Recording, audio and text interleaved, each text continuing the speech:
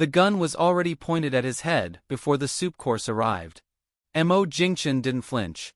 He never flinched, not in boardrooms, not in courtrooms, and apparently not when a man in a tailored gray suit pressed a silenced pistol against the back of his skull in a private dining room on the 47th floor of the Huangpu Tower. The other 4 men at the table had gone completely still. One of them, Director Fong, the one who'd invited him to dinner, had the decency to look ashamed. The other 3 just looked hungry.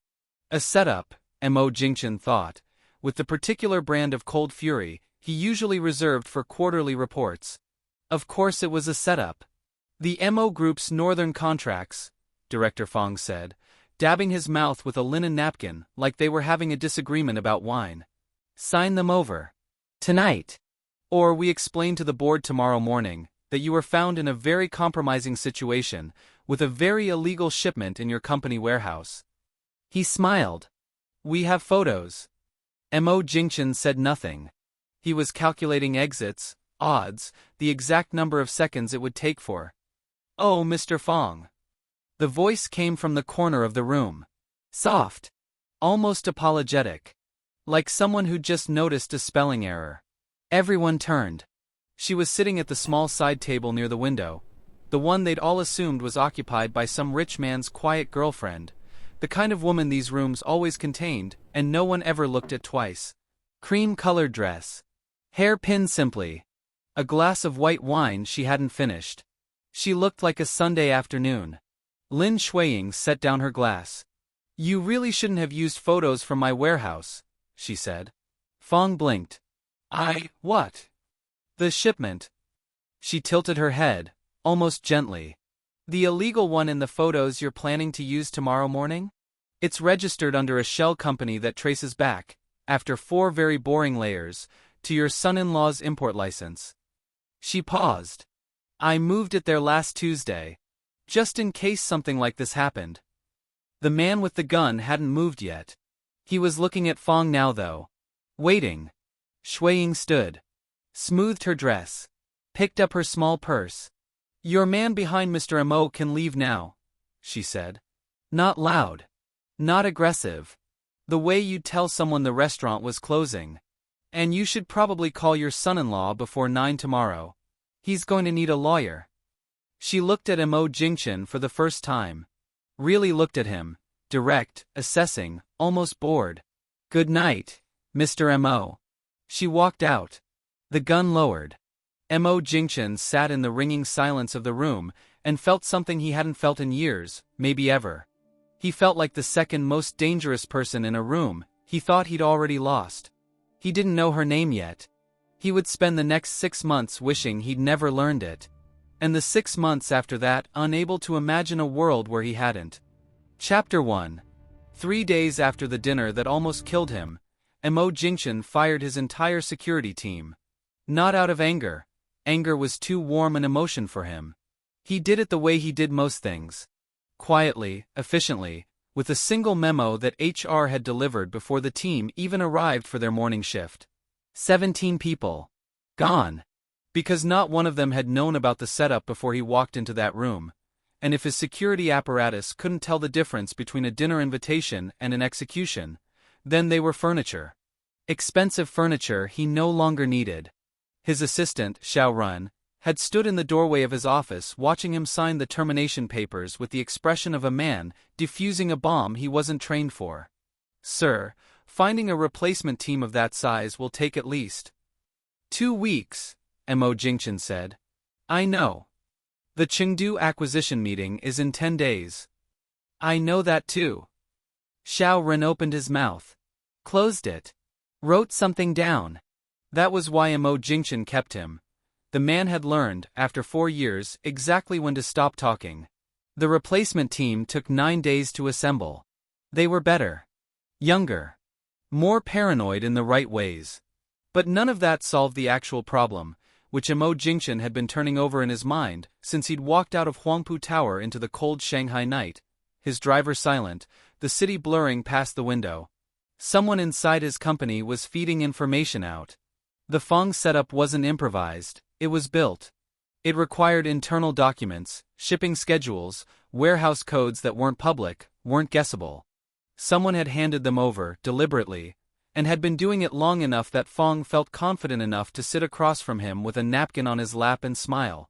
MO Jingcheng did not like being the last person to know things. He pulled the investigation inward. Quietly. Used an external forensic firm he'd never worked with before. Paid them in cash, routed through 3 different accounts. Told no one on his board. Told no one on his executive team. Because statistically, someone on his executive team was the problem. The forensic firm came back in 6 days with a partial answer, and a name he didn't recognize. Crimson Veil. It appeared at the edges of everything, not as a perpetrator exactly, more like a fingerprint on a door frame. Someone using that name had accessed one of his subsidiaries' shadow ledgers. Someone using that name had flagged his warehouse in Fong's documents before quietly rerouting the registration. Same entity that had, apparently, been monitoring his northern supply chain for the better part of 8 months. Not stealing from him. Not sabotaging him. Watching him. MO Jingcheng didn't know which was worse. His contact at the forensic firm was a careful man who chose his words like they cost money. When MO Jingcheng asked him directly what Crimson Veil was, the man was quiet for a long moment. A network, he finally said. Gray economy. The kind of people who know things before things happen. We've seen their trail twice before, once in a Nanjing pharmaceutical deal that collapsed right before the CSRC investigation, and once in a wire transfer that disappeared out of a Macau account before Interpol could freeze it. He paused. They don't make noise, Mr. M.O. They're not the type you find. They're the type that finds you. Someone in that network already found me, Mo Jingcheng said. 3 nights ago. Another pause. Then I'd say you were already in their files long before that dinner. He hung up and sat with that information for a while. The Shanghai skyline was doing its usual indifferent glittering outside his floor-to-ceiling windows. 43 floors below, the city moved and breathed and didn't care. The woman in the cream dress. She'd known about the warehouse before it happened. She'd known about Fong's play. She'd known his name, known his face, known enough to be in that room at the exact right moment. Sitting there like she'd made a reservation, like she'd always planned to be there. He'd had Xiao run searches for 4 days. There was nothing. No angle, no name that connected, no face that matched anything in Huangpu Tower's guest logs because the logs, he discovered, showed only 3 names for that private floor that evening. His name. Fong's name. And a reservation for a Ms. L. Chen, lifestyle consultant, that had been booked and paid for 6 weeks prior. 6 weeks. She'd booked it 6 weeks before Fong had even invited him. MO Jingcheng was not a man who called people asking for favors. He'd structured his entire life specifically to never be in that position. But on the 10th day after the dinner, he told Xiao Run to make a call to a retired intelligence contact he'd met once at a government function in Beijing. A man who owed him a quiet favor from a thing they didn't discuss. The callback came the following morning. Lifestyle consultant, the contact said. He sounded almost amused, which was unusual for a man who'd spent 30 years not being amused by anything. Her name is LIN XUEYING. Runs a boutique consultancy. High-end clientele, very legitimate on paper. 3 properties. No criminal record. Charitable donations. Absolutely nothing interesting about her. A pause that felt deliberate. Which means, MO Jingcheng said. Which means, the contact agreed. She's exactly the kind of person you should be very careful about. MO Jingcheng wrote the name down. LIN XUEYING. Put the pen down. Looked at it. Then he told Xiao Run to find her number and set up a meeting. He told himself it was strictly professional. He told himself he simply needed information. He told himself a lot of things that week that didn't survive contact with the moment she walked through his office door, looked around the room the way you'd look around a room you'd already memorized, and said pleasantly, "You took longer to call than I expected, Mr. M.O." Chapter 2. She sat like she'd been invited. That was the thing that irritated him most. Not her words, though those were irritating enough. It was the way she settled into the chair across from his desk, with the ease of someone returning to a favorite seat. No nerves. No performance of nerves. She set her small bag on her knee, glanced once at the view behind him the way people glance at art they've already seen and appreciated, and then looked at him with the patient, polite expression of someone who had absolutely nowhere more important to be. MO Jingchen let the silence run longer than was comfortable. It was a technique he'd used in negotiations for years. Most people couldn't hold still inside silence. They rushed to fill it, and whatever came out of their mouth in that rush was usually the truth. LIN XUEYING held still. She even looked slightly relaxed. "You said I took longer than expected," he finally said. "How long were you expecting?" 5 days, she said. 6 at the outside. You took 10. She tilted her head slightly. "You're more cautious than your reputation suggests. Or less desperate. Those aren't the same thing." She smiled, just briefly. "A cautious man and a man who isn't desperate make very different kinds of phone calls, Mr. M.O. Yours was the cautious kind. You used a contact, not a direct search. You made sure I couldn't trace the inquiry back to you before you made it." She paused. "I traced it back to you anyway, but the instinct was correct." He looked at her. She looked back. "You're not what I expected," he said. "You expected someone harder." "I expected someone who looked like they ran a gray economy network." "And what does that look like?" He didn't answer, because the honest answer was that he didn't know anymore, and he wasn't going to give her that. Instead he opened the folder on his desk, thin, frustratingly thin given how much the forensic firm had charged him, and turned it so she could see the single page inside. The Crimson Veil reference. The warehouse registration. The supply chain notations. She glanced at it. Her expression didn't change. "Is this the part where you tell me what you know?" she asked. "It's the part where we establish that I know something," he said. "Which means we're not starting this conversation from zero." "Fair." She folded her hands on her bag. "What do you want, Mr. M.O.? My company has a leak." "I know. I want to know who." "I know that too." The room felt suddenly smaller. MO Jingchen kept his face completely neutral, the way he'd trained it to be across 20 years of high-stakes rooms, but something shifted behind his eyes and she caught it. He could tell she caught it by the way she didn't react at all. "Then we're negotiating," he said. "We were always negotiating," she said pleasantly. "I just let you think it was a meeting first." And that was the moment something dangerous happened. It wasn't attraction, not exactly, or at least he refused to name it that.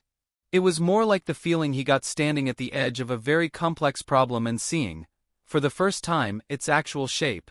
A kind of terrible clarity. Because MO Jingchen had sat across from liars, manipulators, corporate predators and government sharks his entire adult life, and he was good, genuinely coldly good, at reading the machinery behind a person's face. He couldn't read hers. Not completely. Not the way he normally could. There were pieces, the controlled stillness, the slight deliberateness of when she chose to smile, the way her eyes moved around a room not with anxiety, but with the quiet habit of someone cataloging exits and variables. He could read those pieces. But underneath them was something he couldn't get traction on, something that sat there calmly and looked back at him and didn't blink, and he felt the specific discomfort of a man who has never once lost a staring contest realizing he might be about to lose one. He picked up his pen. "Name your terms," he said. She named them. They were surprisingly reasonable. Access to 2 of his internal communications channels, which she explained she already had partial access to anyway, and was simply asking to formalize, and a consulting contract, legitimate on record, that would explain her presence in MO Group buildings without anyone asking questions. No money. She didn't ask for money, which told him either she didn't need it, likely, or she was planning to collect something worth considerably more, also likely. "And in return," she said, "I'll tell you the name of the person selling your information.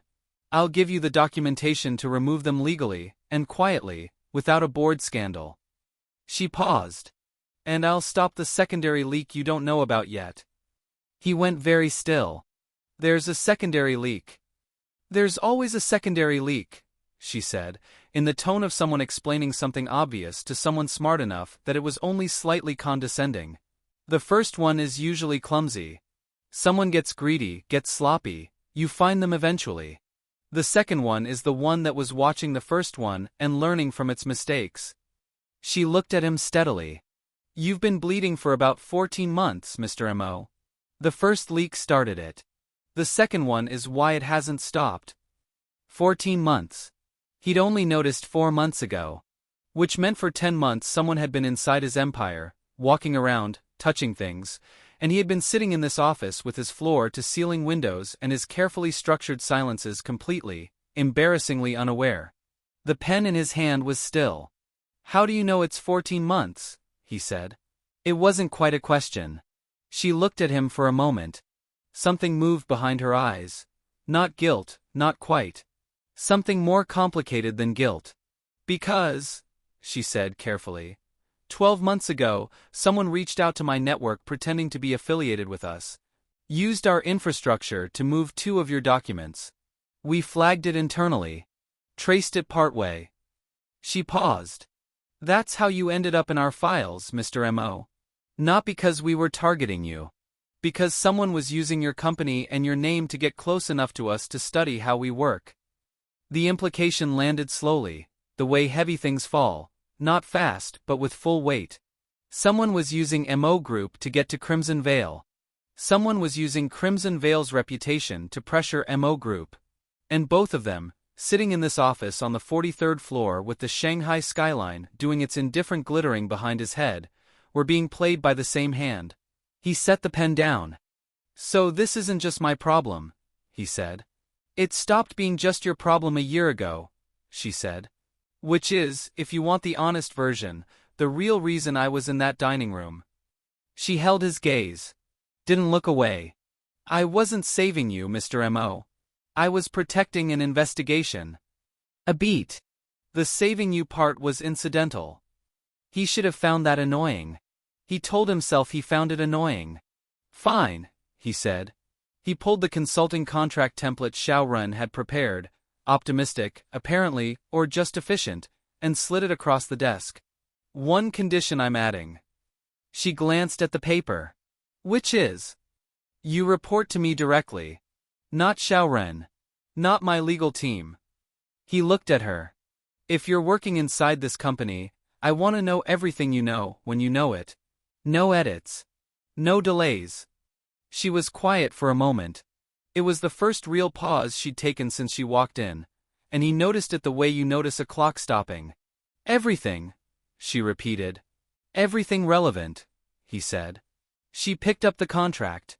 Read it. Actually read it, not skimmed it, and he noted the speed at which her eyes moved down the page with something that wasn't quite admiration, but was in the neighborhood. She signed it. Slid it back. Picked up her bag and stood, the way she'd sat, completely unhurried, like the whole meeting had gone exactly as long as she'd planned for it to go. I'll have the first name for you by Thursday, she said. Keep Director Fong away from your Chengdu team until then. She was almost at the door when he spoke. Ms. Lin. She stopped. Turned just slightly. Next time you're running an operation that involves my company, he said, I'd prefer to know about it before the soup course. The corner of her mouth moved. Not quite a smile. Something that might become one. Next time you're walking into a room with 4 men who want you dead, she said, I'd prefer you have better security. She left. MO Jingcheng sat in the quiet for a long moment. Then he picked up the signed contract and looked at it. Her signature was clean. Unhesitant. The handwriting of someone who never second-guessed what they'd already decided. He put it in the folder. He told Xiao Run to prepare a visitor's pass. And he spent the rest of the afternoon doing something he almost never did, which was sit at his desk and think about a single person, turning them over in his mind like a problem he hadn't figured out how to solve yet. He didn't like not being able to solve things.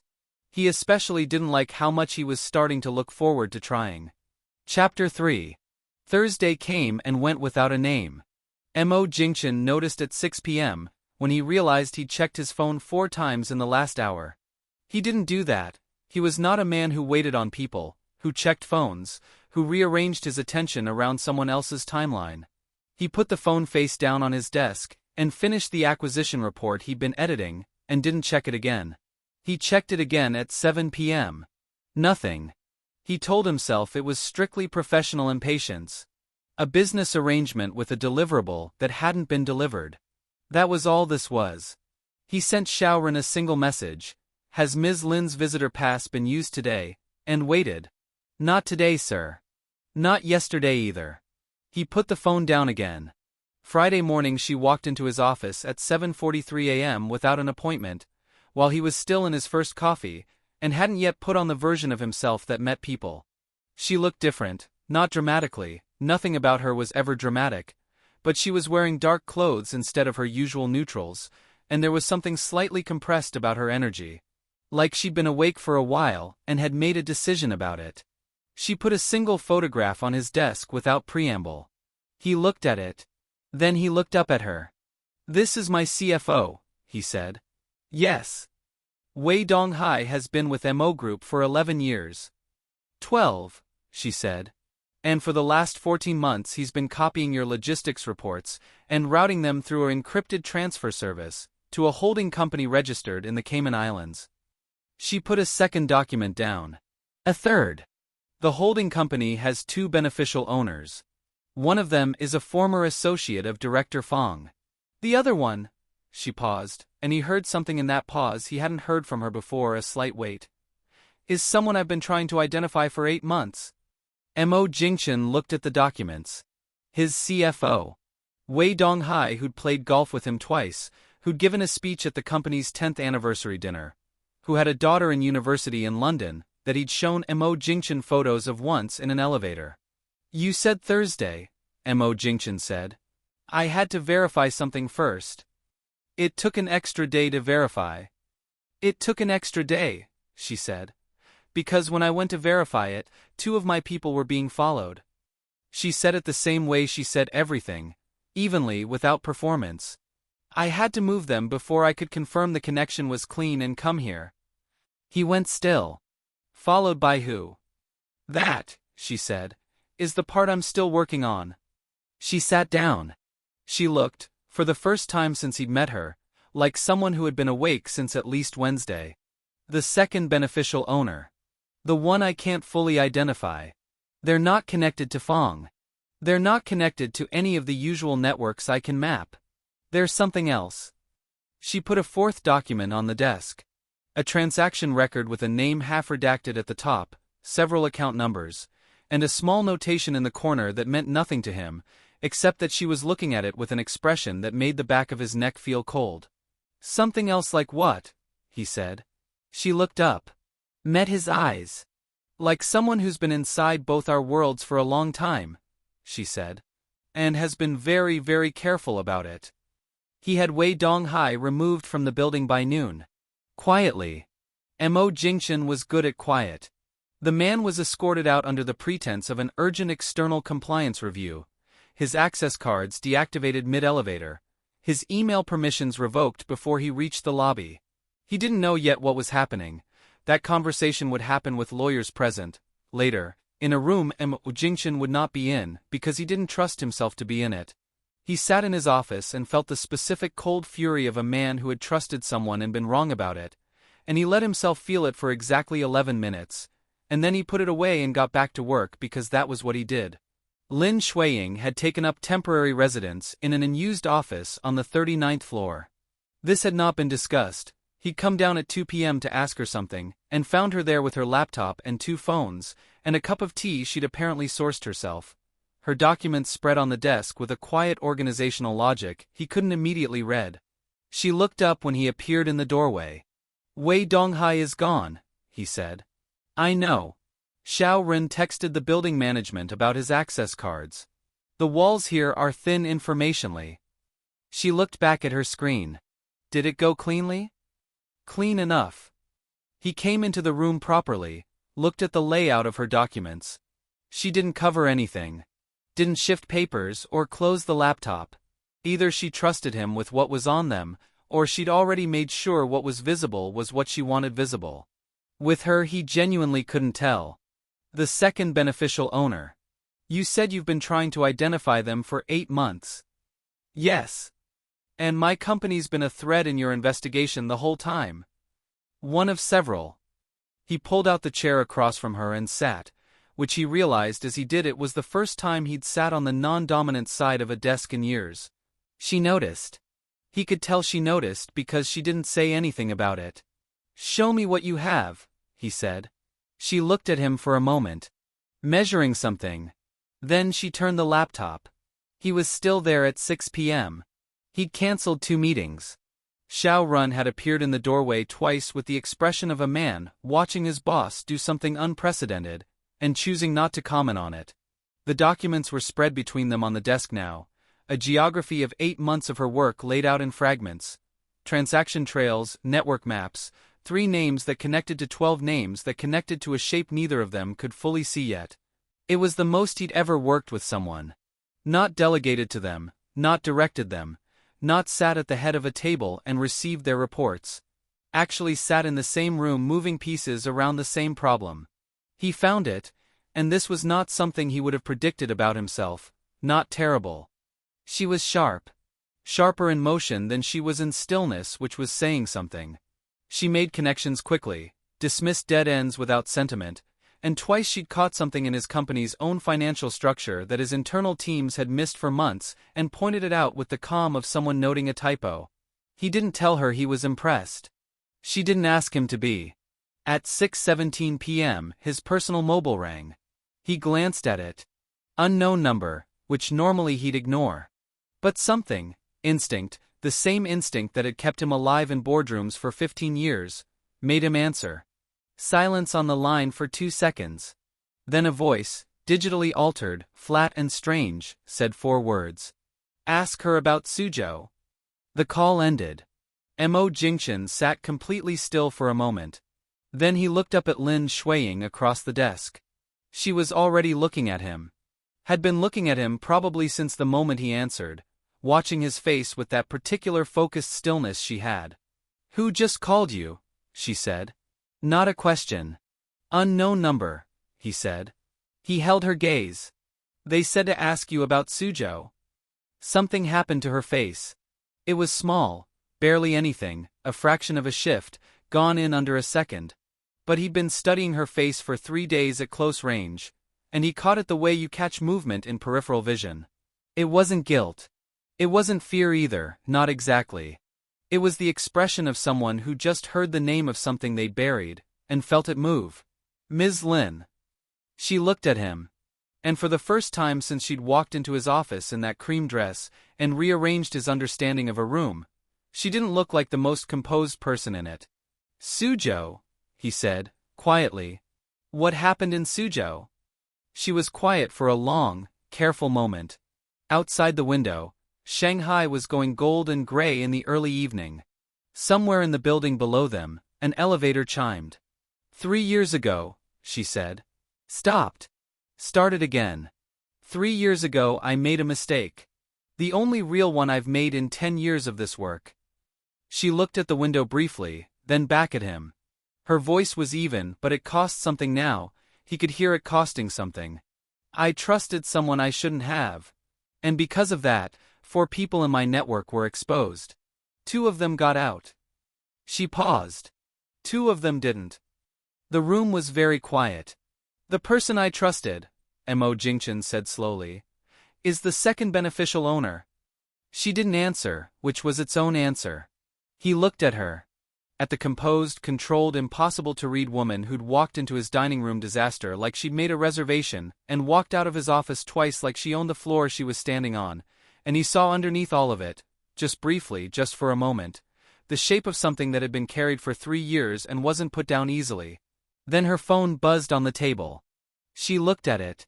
And whatever had just been visible behind her face locked back down so fast it was almost architectural. She stood up. "I need to make a call," she said. "Back to even. Back to controlled. Almost. Ms. Lin." "Mr. M.O." She picked up her phone. Looked at him with something that was almost an apology, but trained itself into something more professional before it got there. "Lock your private mobile number. Tonight. Whoever just called you has a channel into your personal contacts, and that means they're closer than either of us thought." She walked out of the office.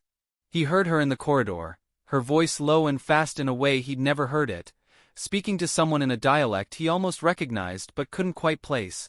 He sat in her temporary office surrounded by 8 months of her work, his personal phone in his hand, the echo of Ask Her About Suzhou sitting in the room like smoke. He thought about the 2 people who didn't get out.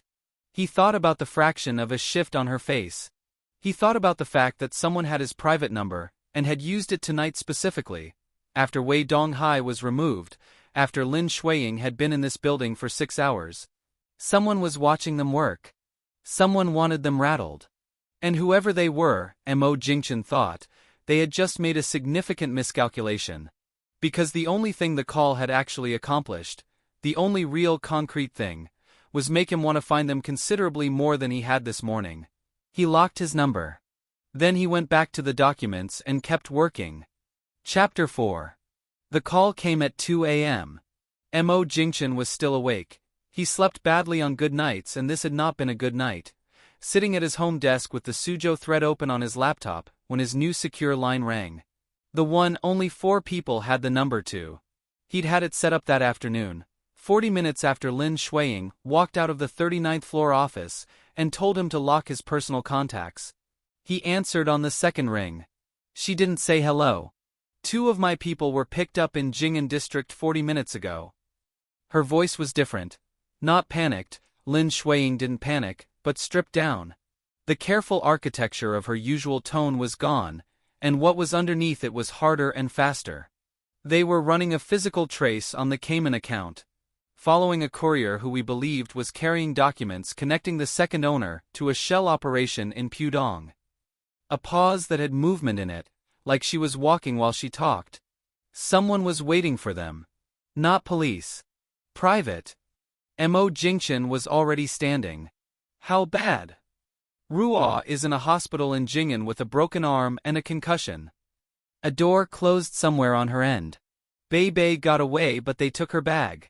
Her work bag, which means whoever ran this operation now has 6 weeks of physical surveillance notes, 2 burner phones, and a partial map of every location we've been watching. The weight of that landed fully. 6 weeks of notes. Every location. Where are you right now? He said. Moving. Short. Final. Not an answer she was expanding on.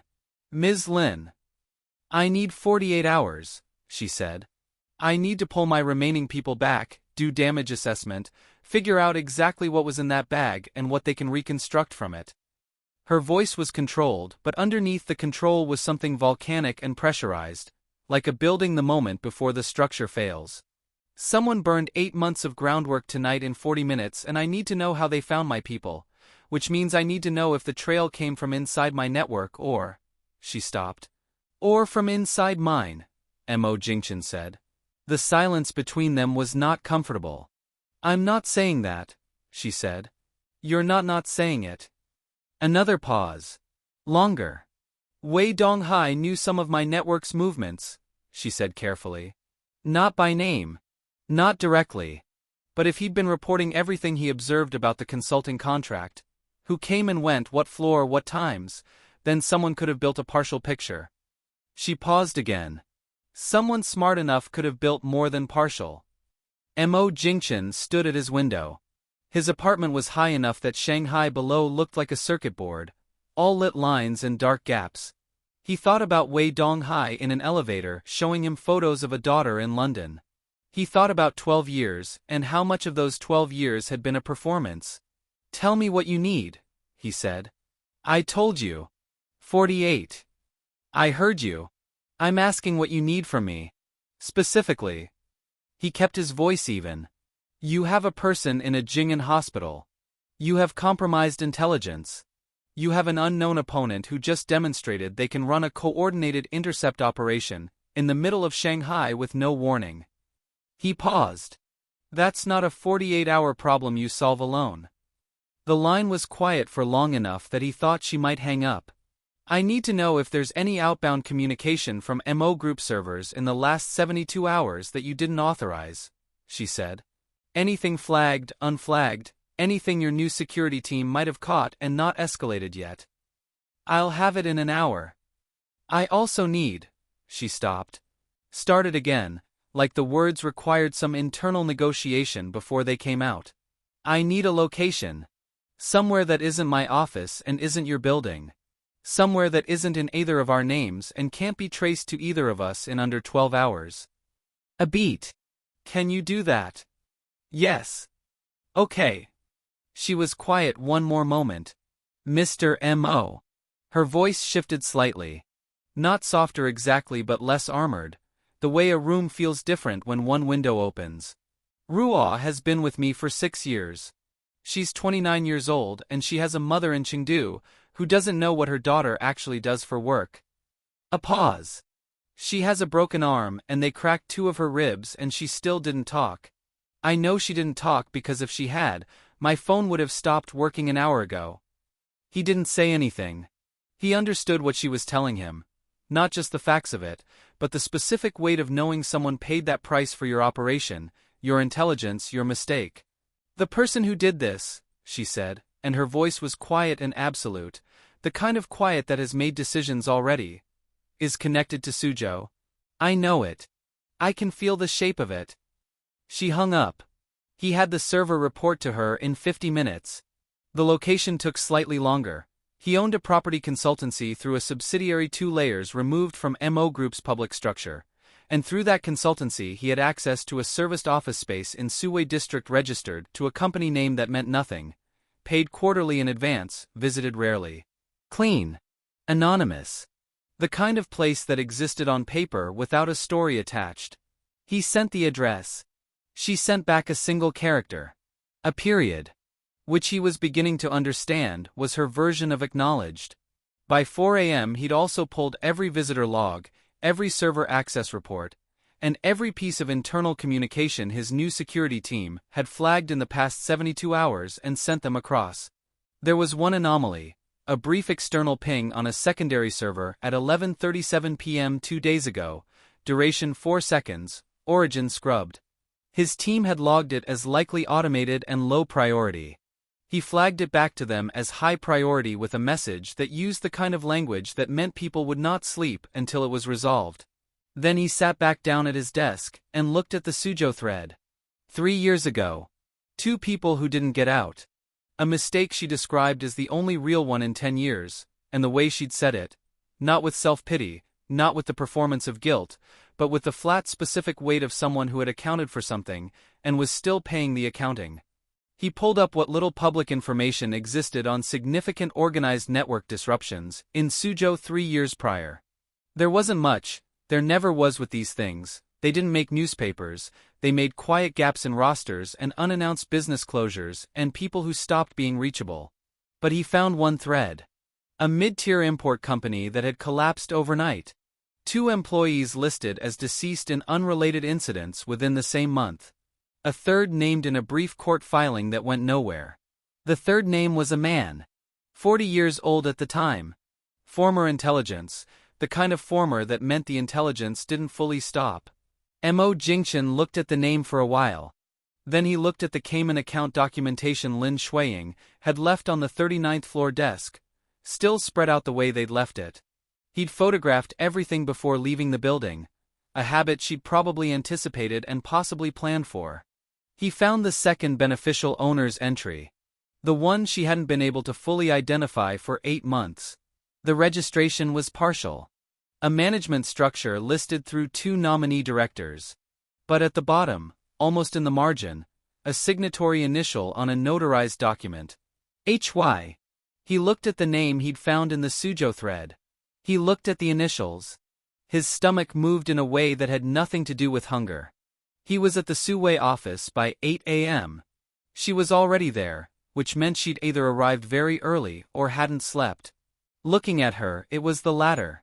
She'd changed clothes, dark again, practical, and there was a tension in the way she was sitting that her usual composure was only partially covering. 2 new laptops open. A board on the wall, actual physical board, with photographs and printed documents already pinned and connected with the kind of practice speed that meant she'd done this before. Assembled war rooms in anonymous offices at dawn, and was deeply unhappy about having to do it again. She had someone with her.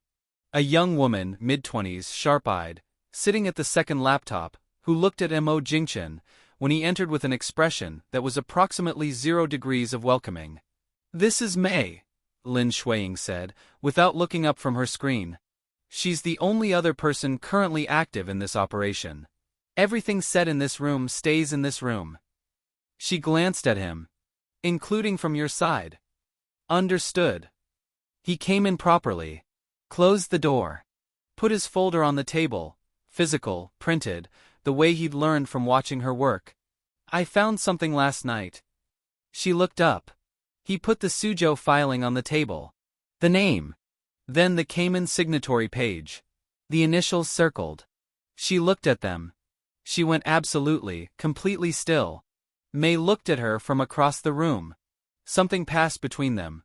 The kind of communication that lived in the margins of eye contact between people who had worked closely for a long time. "Han Yu," LIN XUEYING said. Barely audible. "You know the name," MO JINGCHEN said. She stood up slowly. Walked to the window. Her back was to him and he watched her shoulders and the particular quality of her stillness, which was different now. Not controlled stillness, not strategic stillness, but the stillness of someone absorbing a hit they had halfway expected and been hoping wouldn't land. "He was my contact in Suzhou," she said to the window. "The one I trusted." She paused. "The one I was wrong about." The room sat with that. "He's alive," MO JINGCHEN said. "And he's been operating this entire time." "He's been operating," she said. "And he's been watching me operate." She turned. Her face was composed again, but her eyes were different, darker, and with a focus in them that was almost uncomfortable to look at directly, like looking at something that had made a very final decision. "Every move I've made for 8 months trying to find him. He's been there. Behind it." She looked at the board on the wall. "Ruo and Bei weren't picked up by accident last night. They were picked up as a message. To tell you he knows you're looking," MO JINGCHEN said. "To tell me," she said quietly, "that he's been letting me look." May said something sharp under her breath in Shanghainese.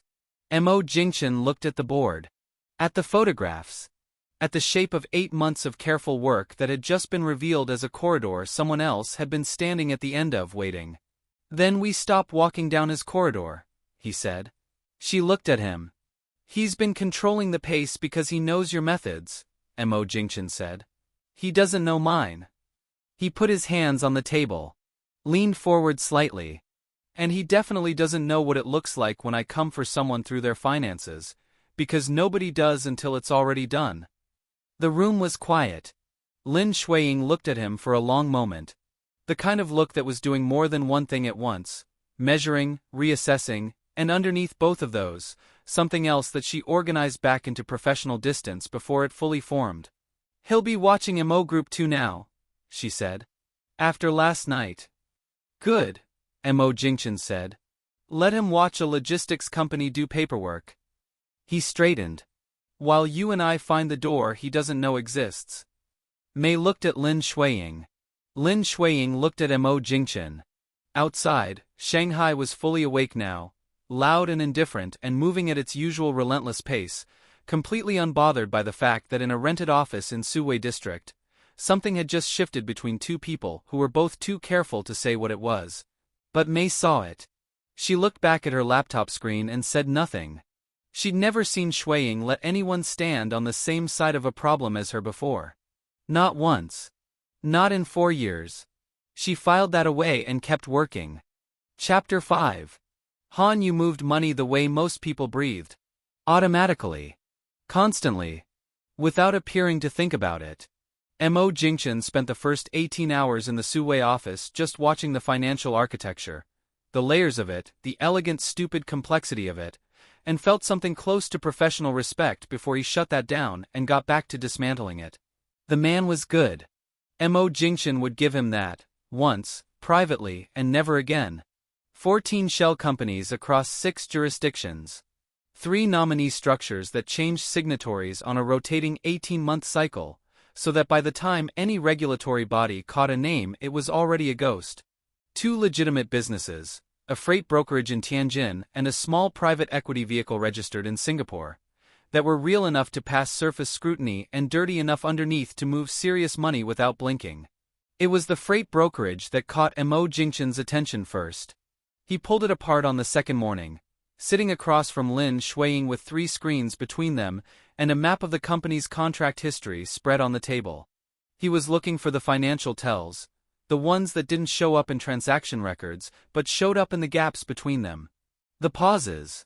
The moments where money should have moved and didn't, which was always more interesting than the moments it did. He found one.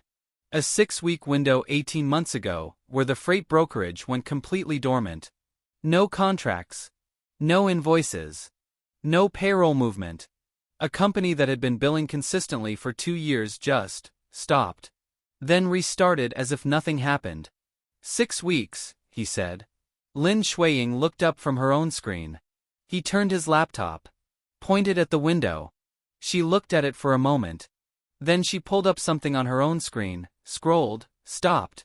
6 weeks, she said quietly. That's when 2 of my network's southern operations went dark. I thought it was a security precaution at the time. A coincidence.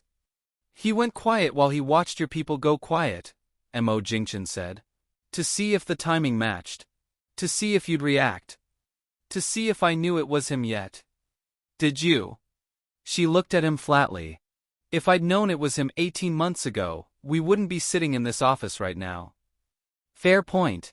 He turned the laptop back. They worked like that, in a rhythm that had developed without either of them designing it, information passing across the table in both directions. Her network intelligence layered against his financial forensics, the 2 of them building something neither could have built alone. May worked the technical side, pulling data they couldn't access through legitimate channels with the cheerful focused energy of someone who was extremely good at illegal things and had made peace with that. Xiao Ren appeared once, briefly, with documents MO Jingchen had requested from MO Group's legal team. He stood in the doorway, took in the board on the wall, the laptops, LIN XUEYING and May and his boss all occupying the same space with the focused density of people at war, and left the documents on the nearest flat surface with the expression of a man, adding this to a long internal list he was compiling. By the 3rd day they had the shape of it. Han Yu wasn't just running a surveillance operation against LIN XUEYING's network. He was building a case, a comprehensive documented case that mapped Crimson Veil's full operational structure. Names. Locations. Methods. The kind of intelligence package that could be sold to any number of interested parties. Government, rival networks, foreign operators, for the kind of money that would make the freight brokerage look like a T-budget. He'd been building it for 2 years. And XUEYING's network, her people, her work, all of it was the product.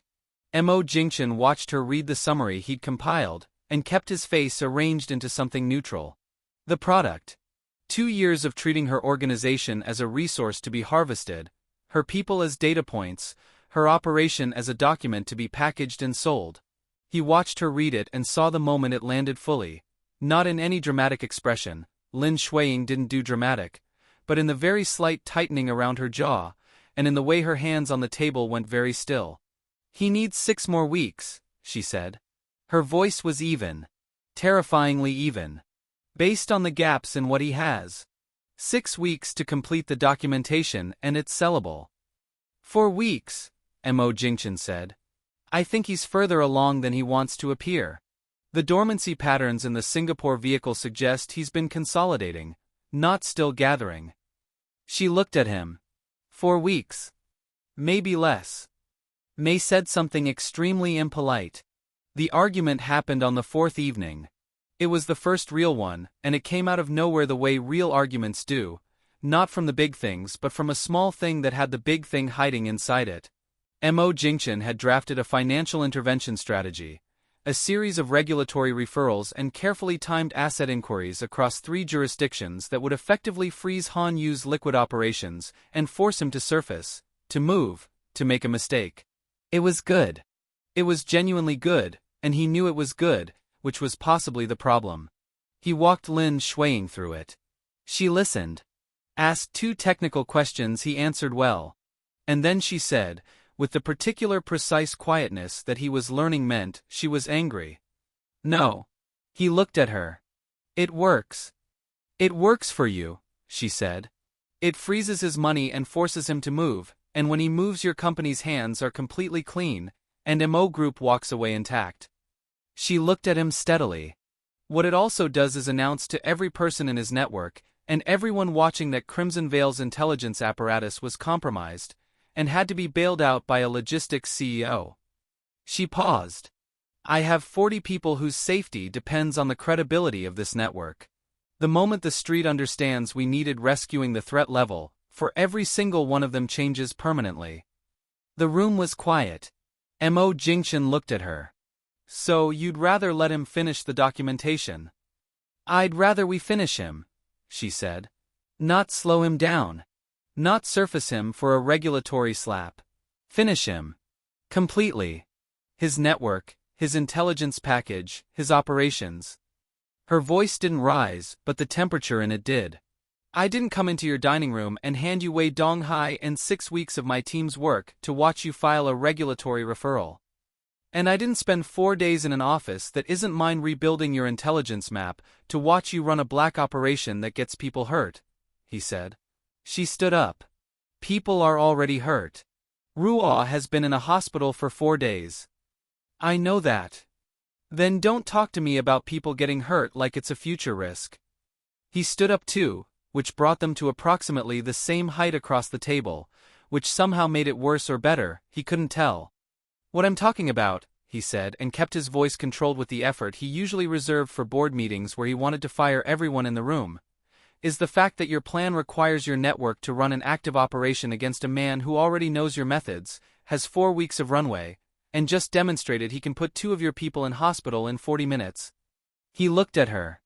You're not cautious enough about this one because it's personal. The silence that followed was extremely loud. Something moved across her face that he'd never seen there before. Not the Suzhou expression.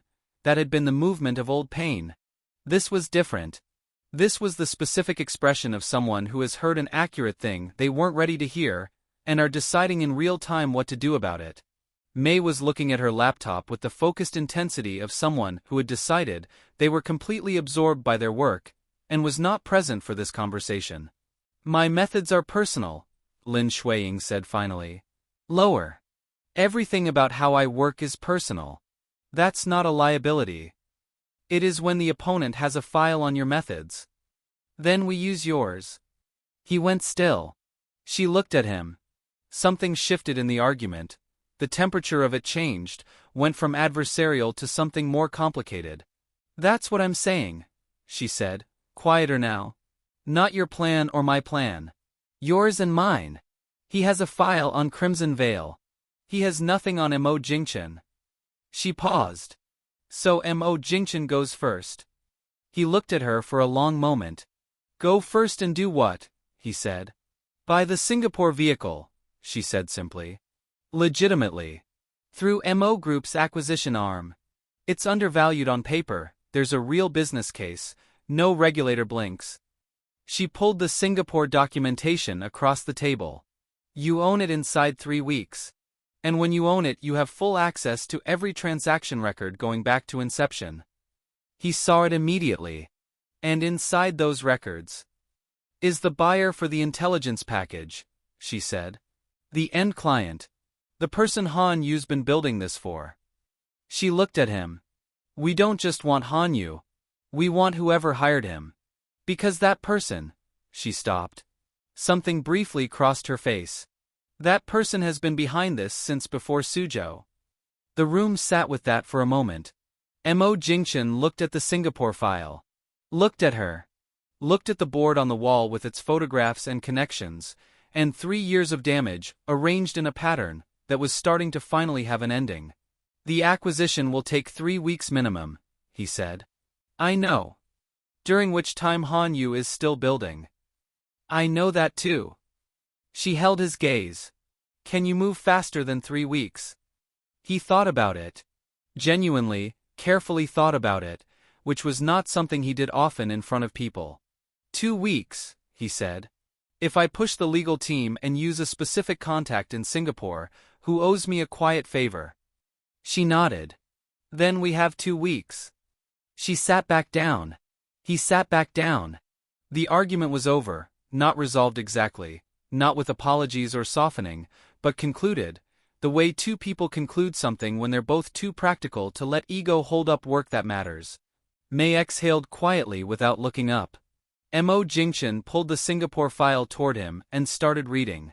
Across the table LIN XUEYING was already 3 steps ahead on her own screen, which he was getting used to, the particular rhythm of her being slightly ahead and not announcing it, and he found himself, quietly, privately, in the part of himself he didn't give access to people, not minding.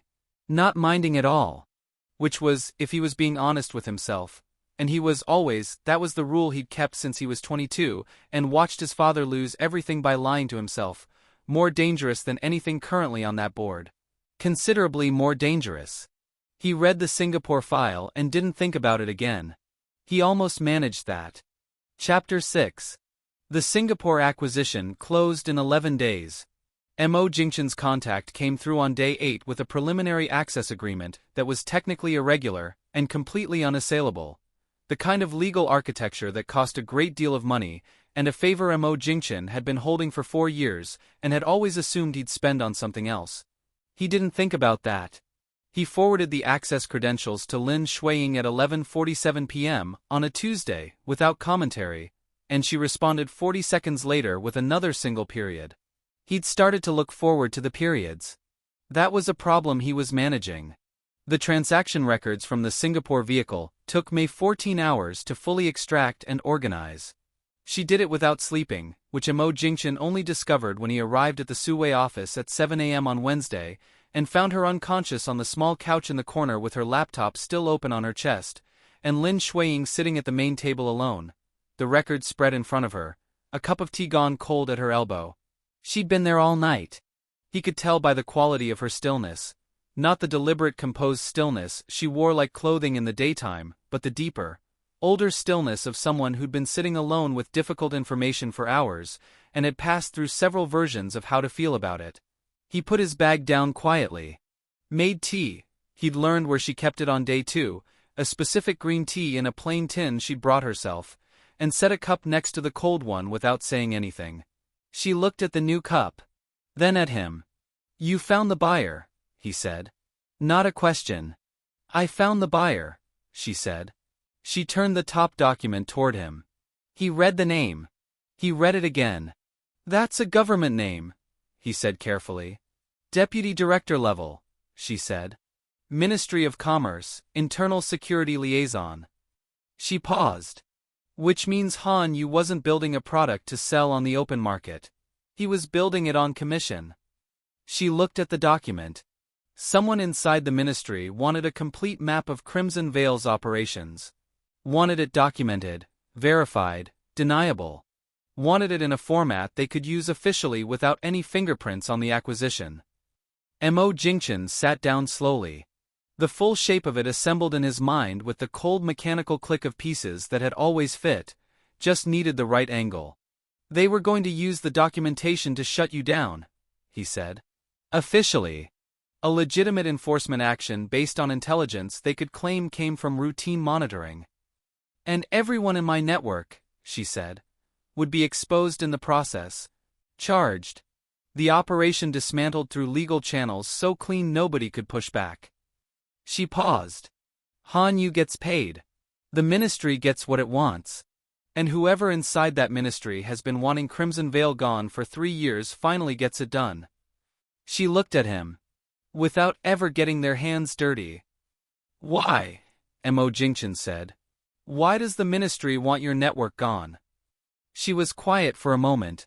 "Because 18 months before Suzhou," she said, "Crimson Veil uncovered a financial operation that was moving ministry funds through private channels into overseas accounts. We didn't go public. We didn't go to any authority because going to authority with that kind of information is how people disappear." She paused. "We used it. Quietly. Leveraged it to protect 3 operations that were under pressure at the time." She looked at the table. "Someone in that ministry has known since then that we know. And has been waiting for a clean way to solve that problem." The room was very quiet. Outside, Shanghai moved at its indifferent pace. A bus. A horn. The distant structural sound of a city that did not care about the weight of what was being said in a rented office in Suway district. 3 years, MO Jingchen said. 3 years. And Suzhou was the first attempt. Suzhou was the first attempt, she confirmed. Her voice was even. Completely even. The volcanic thing he'd heard underneath it the night of the phone call was still there, but it had changed. Compressed into something colder and more directed, like heat becoming light. Han Yu wasn't a random contact I misjudged. He was placed. Specifically introduced to me through a channel I trusted. She paused. I wasn't wrong about him because I was careless. I was wrong about him because someone built the introduction carefully enough that careful wasn't enough. He looked at her. She looked back. And he understood, fully, finally, the weight of what she'd been carrying for 3 years. Not just the guilt of 2 people who didn't get out. The specific unbearable weight of having been meticulous and cautious and thorough, and still wrong, because the opposition had been more patient than she'd accounted for. He didn't say anything about it. She didn't need him to say anything about it. What she needed was considerably more practical. The ministry contact, he said. Deputy director level means they have protection. Significant protection. Going at them directly does what?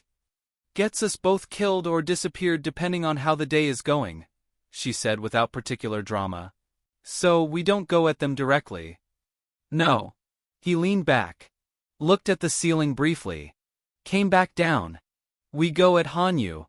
Completely. Everything, the shell companies, the freight brokerage, the Singapore vehicle, the Cayman accounts. Full financial demolition, regulatory referrals across all 6 jurisdictions simultaneously. Timed so that nothing can be quietly resolved before it becomes a matter of official record in multiple countries.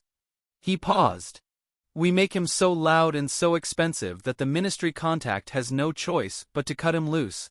And when they cut him loose, he talks, she said. Because Han Yu without ministry protection is just a man with a very incriminating paper trail, and no one to make it go away. And when he talks, we're ready, she said. For the first time in 11 days, something that wasn't strategic assessment moved across her face. It was brief and unguarded, and he caught it the same way he'd caught the Suzhou expression. Peripheral, accidental, real. It looked something like relief. Not because the danger was over. It wasn't over. But because after 3 years of carrying this in the specific lonely way she carried things, completely without distribution, like a structure that had been built to bear weight alone, there was suddenly someone standing on the same load-bearing wall. He looked away before she could notice him noticing. They moved on a Friday. MO Jingchen's legal team had been prepared in compartmentalized sections. No single lawyer knowing the full picture, each handling one jurisdiction's referral, all timed to file within the same 90-minute window. He'd explained it to his lead counsel as a coordinated fraud exposure, which was technically accurate, and revealed nothing about the full architecture. LIN XUEYING handled Han Yu's network simultaneously. MO Jingchen didn't ask for specifics about how, which was a form of trust he hadn't planned to extend, and found he'd extended anyway, somewhere around day 6 in the Suwei office. At 9 a.m. the referrals filed. At 10:23 a.m. Han Yu's Singapore vehicle had its accounts frozen by the monetary authority. At 11 a.m. the Tianjin freight brokerage received a simultaneous inspection from 3 separate regulatory bodies who had been, apparently, independently interested in its operations for some time. May had spent 2 of her 11 days ensuring they were independently interested. MO Jingchen sat in his actual office in MO Group for the first time in nearly 2 weeks and watched the morning happen through floor-to-ceiling windows. His phone showing him updates in real time with the particular satisfaction of a man watching a structure fall that he designed to fall. Xiao Ren appeared in the doorway. Looked at him. Looked at the phone. "Good morning, sir," he said carefully. "Xiao Ren. Should I ask?" "No." "Understood." He started to leave. "Xiao Ren." He turned. "Ms. Lin will need a permanent visitor pass," MO Jingchen said. "Standing access. Any floor." Xiao Ren wrote it down with the careful expression of a man adding something significant to his internal list. "Any other instructions?" "Have someone move the good tea to the 39th floor office." A pause. "The specific green tea, sir?" "From the—" "Yes. I'll have it done by noon." He left. MO Jingchen looked back at his phone. The Cayman accounts had just been flagged. The ministry contact would know by now. Would be calculating. Would be deciding whether Han Yu was worth the exposure. His secure line rang at 11:47 a.m. It was Lin XUEYING. "He's moving," she said. No preamble. "Han Yu. He just accessed a travel booking platform from a device we were monitoring." "Where?" "He's not booking outbound," she said, and her voice had something in it that wasn't quite surprise but was adjacent to it. "He's booking a meeting room. In Shanghai. This afternoon."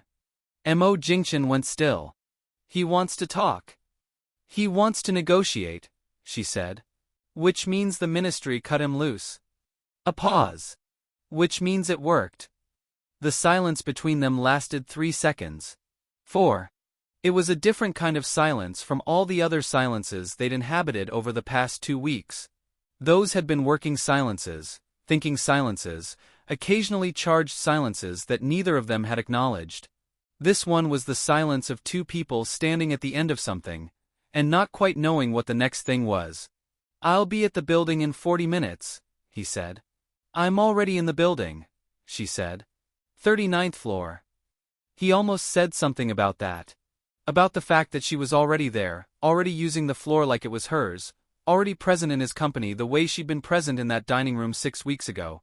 Before he knew her name, before Suzhou, before 11 days in a rented office in Suwei that had rearranged something in him, he was still taking inventory of. He didn't say it. "I'll come up," he said. Han Yu was a thin man in his mid-40s who looked, in person, considerably less significant than 3 years of damage suggested he should look. He sat across the table in the Suwei meeting room they'd agreed on, neutral ground, which in practice meant ground that Lin XUEYING had swept for surveillance devices twice and MO Jingchen's new security team had occupied since 8 a.m., with the particular deflated quality of a man who has been very powerful for a long time and felt at leave. He looked at Lin XUEYING for a long time when she walked in. She looked back at him with nothing on her face. Absolutely nothing. Mo Jingchen had sat across from her for 2 weeks, and knew how much work that nothing was, what it cost, and he kept his own face equally arranged and said nothing.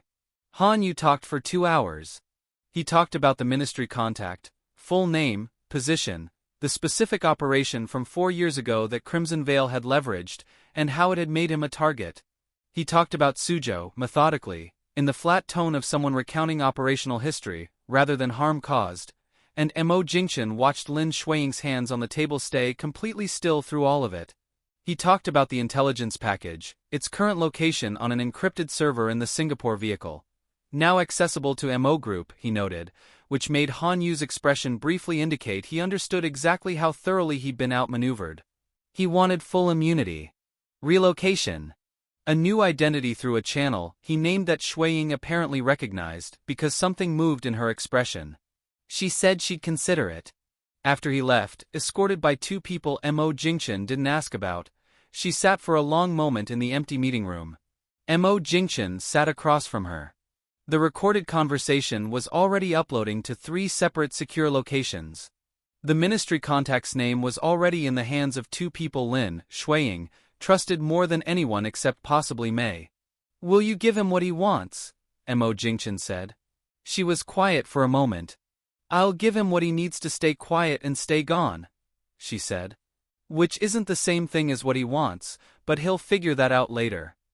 "And the ministry contact?" "That's not my move to make," she said. "That goes to people with the standing to make it official. Quietly. Through channels that don't lead back to either of us." She paused. "It takes time. But it happens." He nodded. The room was quiet again. "It's over," he said. And then, because it was true and he was a man who acknowledged true things. "You built this. All of it. I handed you a financial mechanism, and you built it into something that worked." She looked at him. Directly, the way she'd looked at him in that dining room 6 weeks ago, assessing, present real. "You handed me considerably more than a financial mechanism," she said. He didn't look away. Neither did she. And in the specific charged quiet of a meeting room in Suwei district, with Shanghai indifferent and eternal outside the window, something that had been building for 6 weeks across boardrooms and anonymous offices, and 2 a.m. phone calls and arguments about methodology, and cold tea and single periods sent at midnight. Something that had been accumulating in the margins of every professional interaction, like water finding the lowest point of a surface, arrived. Not dramatically. Not with declaration. Simply arrived, the way true things do, by being undeniable. He said her name. Just her name. She said. And this was the thing, this was what he'd remember, not the moment itself but what she chose to say in it, she said. I knew you'd be trouble from the moment you didn't flinch. He almost smiled. He didn't smile often. The muscles required felt unfamiliar. You were sitting in the corner watching me nearly get shot, he said. And you thought I was the trouble. You were the most dangerous thing in that room, she said. You just didn't know it yet. Outside, a bus. A horn. The city. He looked at her. She looked at him. Two people who had spent their entire adult lives being the most controlled person in every room they entered, sitting across from the first person who had ever made that feel like something to put down rather than something to maintain. He didn't reach across the table. She didn't close the distance. That wasn't who either of them were, not yet, maybe not for a while. They were both too careful for easy momentum, too accustomed to thinking 3 moves ahead to move without intention. But she didn't look away. And he didn't either. And for two people like them, that was everything. That was the whole declaration. That was, in the language they both actually spoke, which was not words but information, not sentiment but precision, I see you. I'm still here. I choose this. The rest could be built. They were both, after all, very good at building things. 3 months later, a deputy director of the Ministry of Commerce resigned citing personal health reasons. The announcement was 4 sentences long, and appeared on page 7 of the official government gazette. Nobody who mattered missed the significance. Nobody who mattered said anything about it publicly. Ruoh came back to work on a Tuesday, her arm healed, with a new phone and a bag that had several additional security features she didn't explain to anyone. May received a significant and unannounced salary increase that appeared in her account on a Wednesday morning from a company she'd never heard of. She texted Xueying a single question mark. Xueying sent back a period. May decided that was an answer, and bought herself a very good dinner. MO Group's northern contracts were restructured, and expanded over the following quarter. Xiao Ren noted in his private records that Ms. Lin's standing visitor pass was used an average of 4 times per week, and that the green tea on the 39th floor was restocked regularly, without anyone asking him to do it. He added it to his internal list. The list by this point was quite long. END. The soft blade.